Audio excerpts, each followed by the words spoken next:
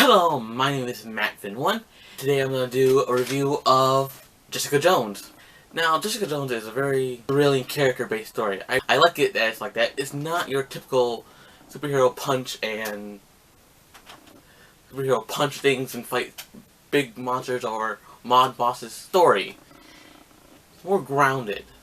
So Jessica Jones is a private investigator. Her company name is Alias, and she's by herself, so yeah, not that big of a company. And what does a private investigator does? She tracks people down and finds on them, and also tries to see what they're up to, things like that. She also has superpowers. No duh, it's also a superhero show that also takes place in the Marvel Cinematic Universe. Her powers contain of super strength, and she can jump very high, like how in the Superman comics earlier on, like that. And also in the comics, she can fly, but she doesn't do it here. Maybe in Season 2 or The Defenders, whatever comes first. So she also tried doing her hero thing because her friend told her to do something like that. It works out, and then it doesn't work out until she meets this man named Kilgrave. And Kilgrave, or the Purple Man, has the power to mind control. And he does it not like telekinesis. He has to say it like, you do this, like you shoot yourself, or like you take a piss in the lake, or in the sink, whatever, I don't know. Or you jump off a building, which a cop tries to do in the story. So in the past, he used to control Jessica, like, made her do horrible things and sexual things, so like, it's his girlfriend, but a girlfriend that he can control and do horrible things to people. How does Jessica break free of this? Well, she kills somebody, and then she realized that she killed somebody, and then he was like, control her, like, Jessica, come back here. As she's walking away, like, realizing what she done, he gets hit by a bus. And how does he survive this? Well, only his kidneys were, like, damaged, and he can survive with 2 kidneys, but he told the doctor that he wanted to be whole, and he got 2 perfectly good kidneys from this one guy. I think he was a firefighter or army guy, whatever. And now he's in a wheelchair by his Christian mom, whatever. And so now he's back to torment Jessica some more. But she's right back. While he's doing it slowly. First he got this college girl to torment first. Her name is Hope. I will get to her later in the review. And also there is another superpowered hero who will also be getting his own series. It is Luke Cage. Luke Cage also has super strength, and he has unbreakable skin. Jessica and him also do adventures in her story, but we'll probably see more of his adventures in his Netflix series next year. And Luke is also trying to find who killed his wife, and that was the person that Jessica killed when Kilgrave was mind controlling her, and before he got hit by the bus. She killed her with one punch, like, full force. And also, Jessica is always awkward around him, because after, like, when she found out that girl that she killed was his wife, especially, I think, when they're doing it, like, sex. And their sex is very, very uncomfortable to watch, because it's not things that you would probably see in a regular TV show. Maybe something like rated R stuff. Even though this is rated R, I can't. I was very uncomfortable. In the first 3 minutes in the first episode, you get to see that. And it was kind of uncomfortable for me, because I was almost going to watch it on a television, but I didn't. It's a good thing, because like my grandma is there, and she probably wouldn't like that. I kept it on my computer with my headphones. No one else can hear for me, and also still feeling uncomfortable hearing it. But no one else was like watching it on their computer, and their parents, whatever, came in and thought they were watching porn or whatever. Yeah, but it's also kind of funny, like, superpowers, and they can massively destroy their own house. If you've ever seen Smallville, the Clark and Lana, when Lana got Clark's powers, they also have superpowers, and it was create a massive earthquake. It was pretty funny and disgusting at the same time. So moving on to Jessica's best friend, Trish Walker. Now, they've been best friends since childhood, or their teenagehood, and she also knows that Jessica has superpowers. I'll explain how she got her powers a little bit. Her family was like going on a vacation, and then they got into like some kind of accident, and that's when Jessica was the only one to survive the accident. and then that's when Trish's mom adopted her, and Trish's mom also like forced her to be like a TV star, like to have her own show, like a Patsy Walker instead of Trish Walker. But Jessica got her out of doing that, out of fame. But Trish actually got back into fame. She has her own radio station. She also inspired Jessica to become a hero. Jewel, I think it was her name for her hero. Like, and that's when she actually did. And then that's when Kilgrave took her over. Tracy, in one episode, she talks about Kilgrave over the radio to prove that a person like that is out there and it's horrible. After that, like, the announcement that Kilgrave ends up sending a cop to kill her, but she ends up surviving. And while after that fiasco of the cop guys being mind controlled from Kilgrave, cop guy or Simpson, whatever his last name is Will Simpson, and tries to apologize, and then Trish and Simpson end up having a relationship. And it doesn't, I don't find it that interesting. The guy that plays him, he looks like a generic cop, or like Chris Evans stunt double or whatever. He does kind of look like Chris Evans if you take a look at him. And he also gets like some kind of pills to like enhance his strength. At first I thought it was some kind of like a unique idea for the TV show, but I found out later that actual comic book character that actually takes pills to enhance his strength, like some kind of combat pill or whatever. I never found that character interesting, even after some kind of like anti-hero or whatever. Never really that interested in that character. Some of the other characters, like Malcolm, Jessica's neighbor, like at one point there was she found out like Kilgrave's hideout, whatever, but Kilgrave wasn't there, but there was a lot of pictures of Jessica, and she was wondering who was taking that. Like, later, it ends up turning that she found out who was taking the pictures. It was her neighbor who was taking the pictures, and I thought that the reason why he was also kind of a drug addict. I thought the reason why he was doing drugs is Kilgrave was making him do drugs. He was also taking the pictures as well, to forget that he even exists. And also, there's Malcolm, there was the actor, whatever. He was also in Power Rangers, and if you notice before that, the White Ranger from Jungle Fairy, the Rhino Ranger, was also in Daredevil. So I wonder who's next of the Ranger list will be in Daredevil. Also, the doctors from Doctor Who, like, there was one for Thor and that played the villain, and another one, this one, for Jessica. See some more Doctor Who main characters that will be Marvel villains. That'd be kind of funny. And there's this lawyer, Hogarth, that Jessica works for to find out the dirt on people. So like for to work with her case.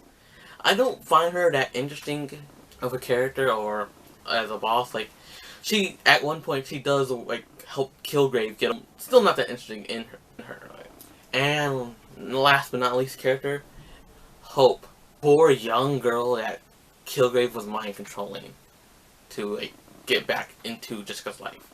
When Jessica first meets Hope, she was asking if like she had any special abilities like powers or whatever. She says no. Kilgrave was just using her to get Jessica back into his life, like by slowly. He does some messed up stuff to her, like controlling her to kill her parents and also getting her pregnant. And then Hope ends up trying to get rid of the baby. Like, I'm against abortion, but Jessica puts it as rape to what Kilgrave done to her and Hope. So yeah, technically it is, I guess, a rape baby. And sometimes, babies are, I like to think there's always something good. Even though rape is bad, there's always something good to come from a child. Like, I was reading a story from an article about, for class, that, like, well, a woman was raped, but she also was educated, trying to get her education. And like after when her daughter's older, her daughter's also trying to get education. So that's a good thing. It's one good thing out of that kind of like horrible story. That a horrible rape story can have I guess a little good thing in it, even though it's horrible. A child could also always be good no matter what, as long as you raise it right. So Jessica is also trying to get justice for her to like lock away Kilgrave forever and throw away the key, but Hope wants him to be dead.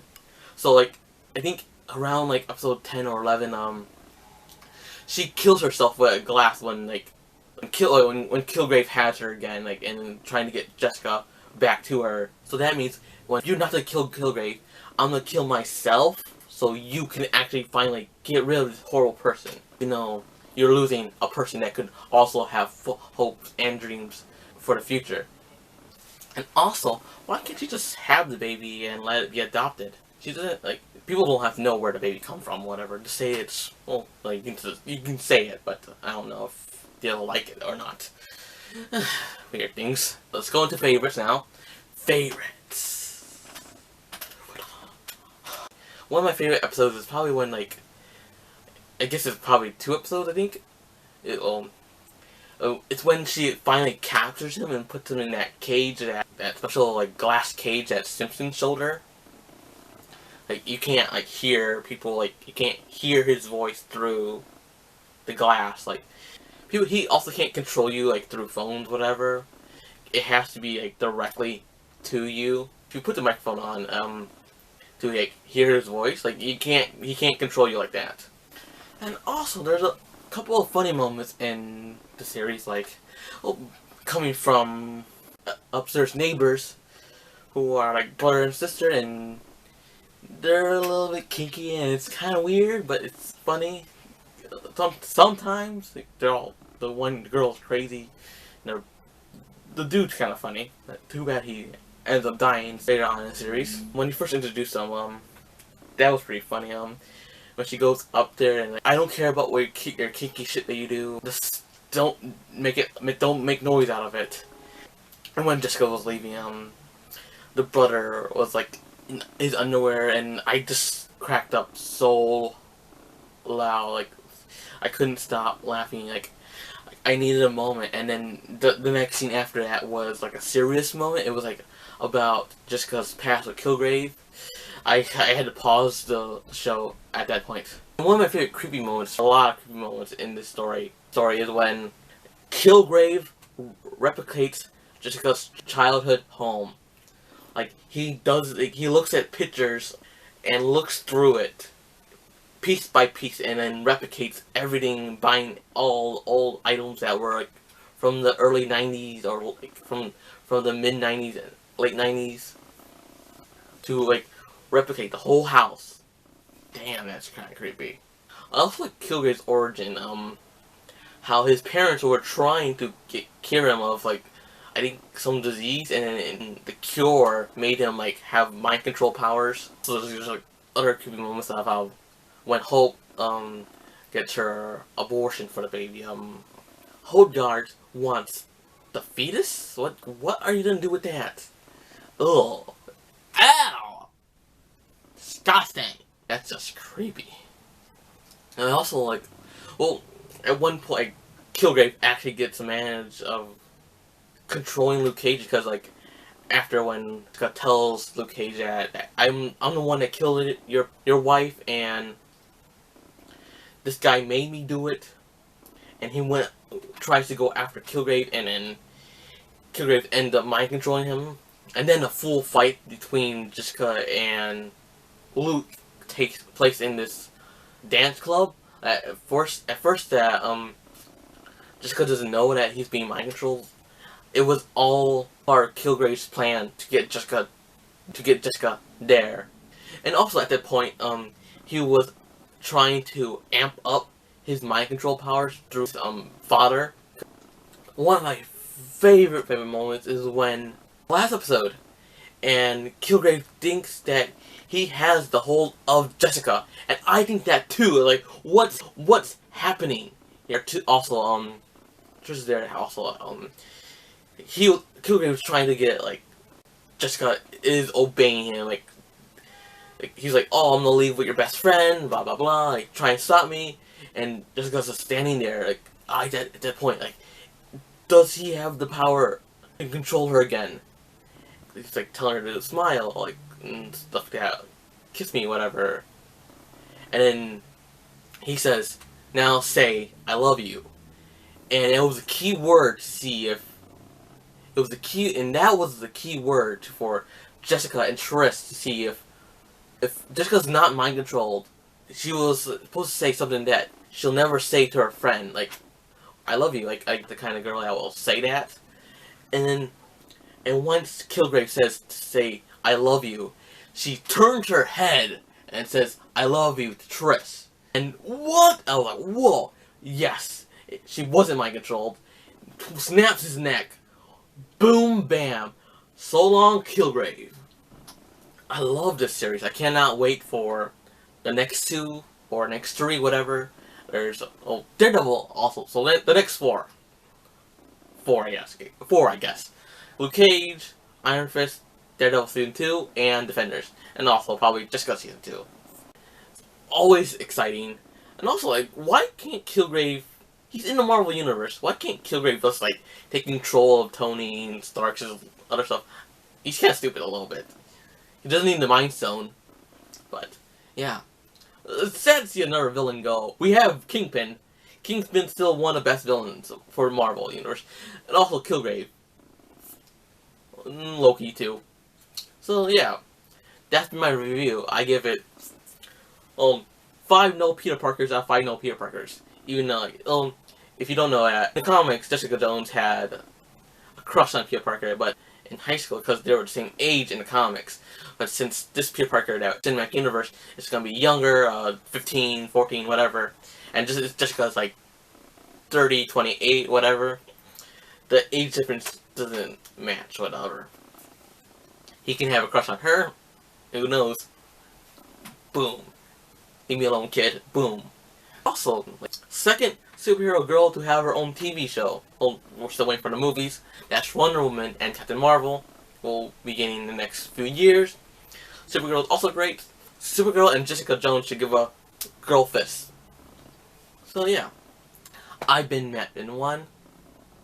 Please comment, like, and subscribe. I got more videos coming. Digimon Try. Look out for those. And explosion.